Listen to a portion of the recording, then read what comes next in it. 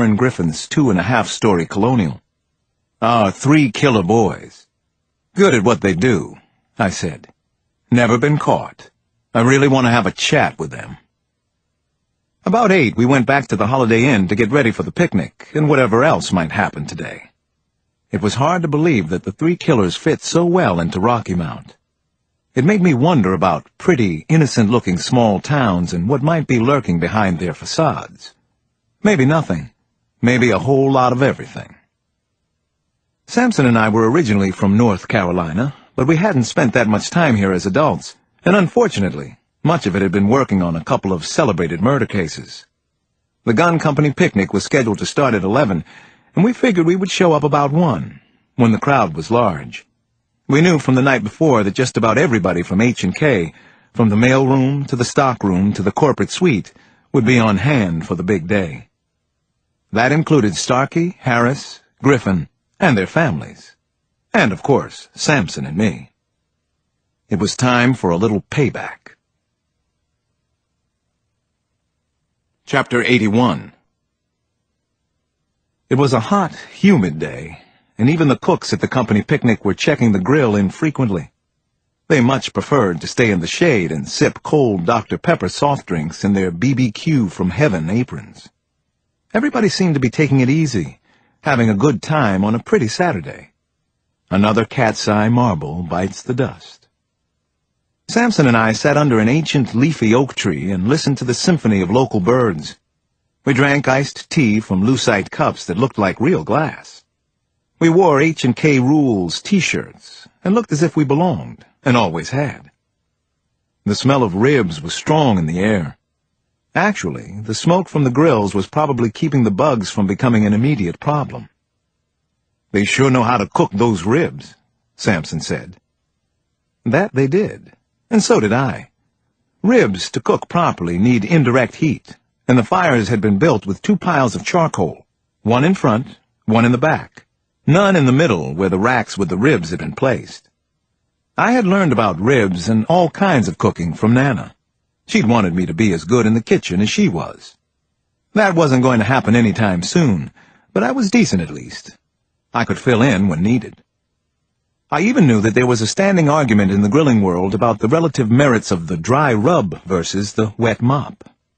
The dry rub was a mixture of salt, pepper, paprika, and brown sugar, which was said to have both the heat and the sweetness to bring out the true flavor of the meat. The wet mop mix had a base of apple cider and added shallots, jalapeno peppers, ketchup, brown sugar, and tomato paste. I liked the mop and the rub just fine, as long as the meat was cooked until it just about fell off the bone. "Everybody's having such a good all-American time," Samson said as we sat and watched the world go by. "Remind me to tell you about Billy in Jersey." "Billy?" I asked. "Who's Billy?"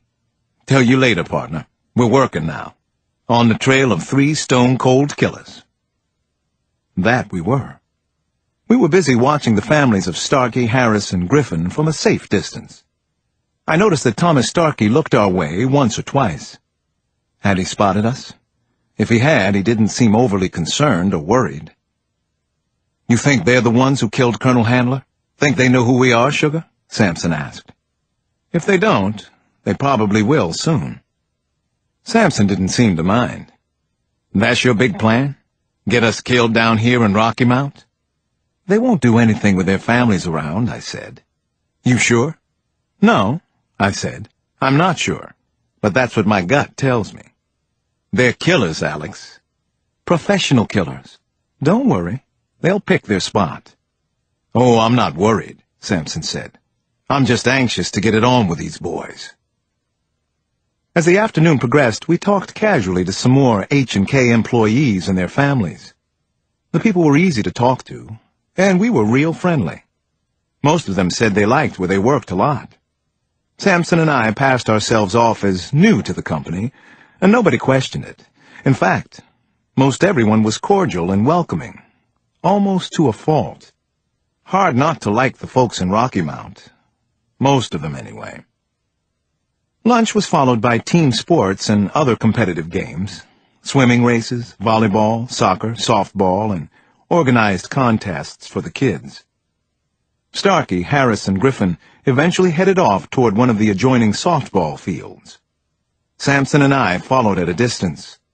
Let the games begin. Chapter 82. Need a couple more to fill out this team. You big fellas play any ball? An old man wearing a dusty Atlanta Braves shirt and ball cap asked us.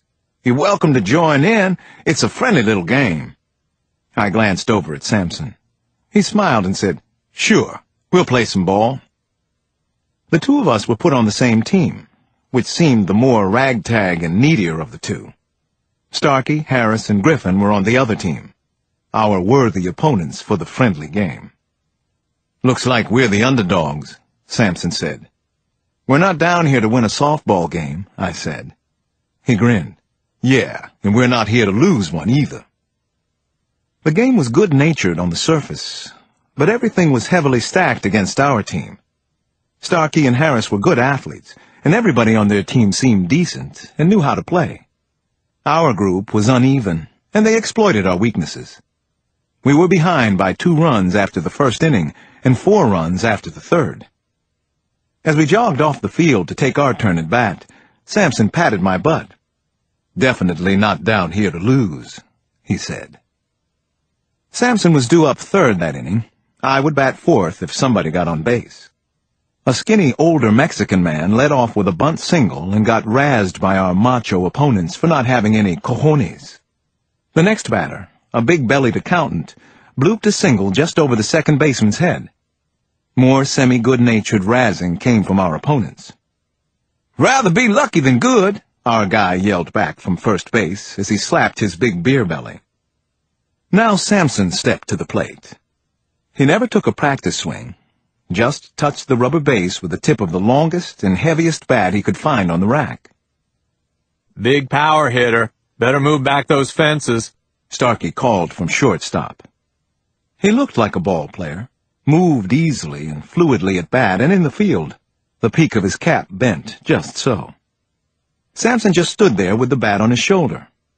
Nobody knew what to expect from the big man except me, and even I couldn't always tell with him. The two of us had played a lot of ball together when we were kids.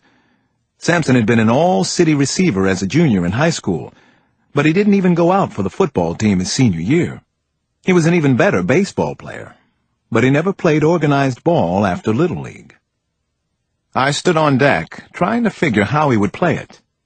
Actually, there weren't any fences at the field, so he couldn't hit one out of the park if he wanted to. So what would he do? The first pitch floated up to the plate, fat and juicy, but Sampson never took his bat off his shoulder. It was hard to imagine a more tempting pitch would come his way. Warren Griffin was doing the pitching for their team. He was a decent enough athlete, too, fielded his position well. Didn't like that one? He called to Sampson. What's the matter with it? No challenge. Griffin smiled. He signaled for Harris to come out to the mound. Brownlee Harris was doing the catching, and he looked like a slightly shorter version of the old Red Sox great Carlton Fisk. Pudge. On the next pitch, Griffin wound up and delivered a windmill-style fastball toward home plate. He was real quick, what they call sneaky fast. But so was Sampson. He dropped his bat and sent a near-perfect bunt down the third base line. They were so surprised, he could have walked to first base and made it easily. He was on. The base is full. Up to you, sugar, Sampson called from first base. He was grinning at me, winking, pointing an imaginary 6-gun my way. I started to smile as I strolled to the plate. He'd put me on the spot, just as he'd planned it. You like a challenge, too? Warren Griffin called from the pitcher's mound. You a bunter or a hitter? Starkey taunted from his spot at shortstop. The catcher, Brownlee Harris, settled in behind me. What's it going to be, hotshot? How do you want it? I looked back at him. Surprise me, I said. Griffin set up for a windmill-style pitch, so I figured he was coming with heat. What the hell? I thought. Just a friendly little game. The fast pitch came in a little high, but it was close enough to my wheelhouse that I couldn't resist taking a whack. The bat cracked and the ball shot straight over the pitcher's head, still picking up speed and altitude. It flew over the center fielder's head, too. Our team of misfits was going crazy, screaming and cheering from the bench. Suddenly, there was some joy in Mudville. I was on my horse, rounding the bases. Starkey gave me a look as I touched second and raced past him. It was as if he knew something. Did he? I made it to third and saw Sampson ahead of me. He was waving me home. I didn't even look toward the outfield. I was coming no matter what happened out there. I curled around third base, and then I accelerated. I probably hadn't moved this fast in years. I was really motoring. Brownlee Harris was waiting for me at home plate, but where was the ball? I was moving like a runaway train when I saw the throw from the outfield skipping through the infield on 2 hops. Hell, it was going to beat me home. God damn it. Harris held his ground as he took the perfect throw from the center fielder. He had me dead to rights. I kept barreling toward him. Harris was blocking home plate with his beefy body. If I hit him hard, it might knock the ball loose. His dark, hooded eyes held mine. He was ready for impact, whatever I could give him. He looked as though he'd played some football, still looked tough and in shape. Army Ranger. Killer. His eyes bordered on mean. I was bearing down on Harris, and as I got close, I lowered my shoulder, let him see what was coming his way. Then, at the last possible instant, I went wide and low. I did a pretty hook slide around the catcher. With my left hand, I touched home plate between his thick legs and muddy cleats. "Safe!" the umpire yelled, and spread his arms wide. As I was getting up, I caught sight of Harris out of the corner of my eye. He was moving toward me fast. This could be trouble. No more friendly little game. His right arm suddenly shot forward and he slapped me 5. Nice play. You got us that time, partner. Be ready for you next time. Hell, we're all on the same team anyway, right? H&K all the way. Jesus. He actually seemed like a nice guy. For a killer. Chapter 83. "You run pretty good for a washed-up cop in his early 40s, Sampson said as we walked through a dusty lot filled mostly with minivans and trucks. We'd seen enough at the company picnic. After our show of respectability, we'd lost the softball game by 7 runs, and it could have been even worse. "At least I don't have to bunt to get on base," I said. "Last thing they expected, sugar. Worked, didn't it? Pissed them off, too." "We lost the game, but not the war," said Sampson. "This is true. Not the war. Not yet, anyway." I drove from the picnic site out to the Falling River Walk development. I parked right around the corner from Thomas Starkey's house. The house was red brick with white trim on the windows, black shutters. The lot looked to be about an acre and was landscaped with rhododendron, hemlock, and mountain laurel. It was well kept. We walked past a mess of yellow chrysanthemums to the side door. "This how it's going to be from here on?" he asked. "Breaking and entering in broad daylight?" "They probably know who we are," I said. "Know we're here for them." "Probably. Rangers are the premier light infantry unit in the Army. Most are good guys, too. Rangers lead the way. That's been their motto since Omaha Beach, D-Day. Tip of the spear." "How about in Vietnam?" I asked. "Lots of Rangers over there. They perform the heavy recon missions. 75th Infantry. Exemplary soldiers, the best. Most of them. Probably had the best military assassins, too." It took me less than a minute to get inside the side door of the Starkey house, which led into a small laundry room that reeked of bleach and detergent. We didn't hear any alarm going off, but that didn't mean we hadn't tripped one coming inside. "Could the 3 of them still be in the Army? Special assignment?" I asked. "The thought has crossed my mind. I hope this isn't about something the Army's trying to hide." "But you think it might be?" "Like I said, I hope it's not. I do like the Army, sugar. Hoorah!" The house was only a few years old, and it was immaculate and strikingly orderly inside. 2 fieldstone fireplaces on the first floor, vaulted ceilings, a game room with a wet bar and a pool table.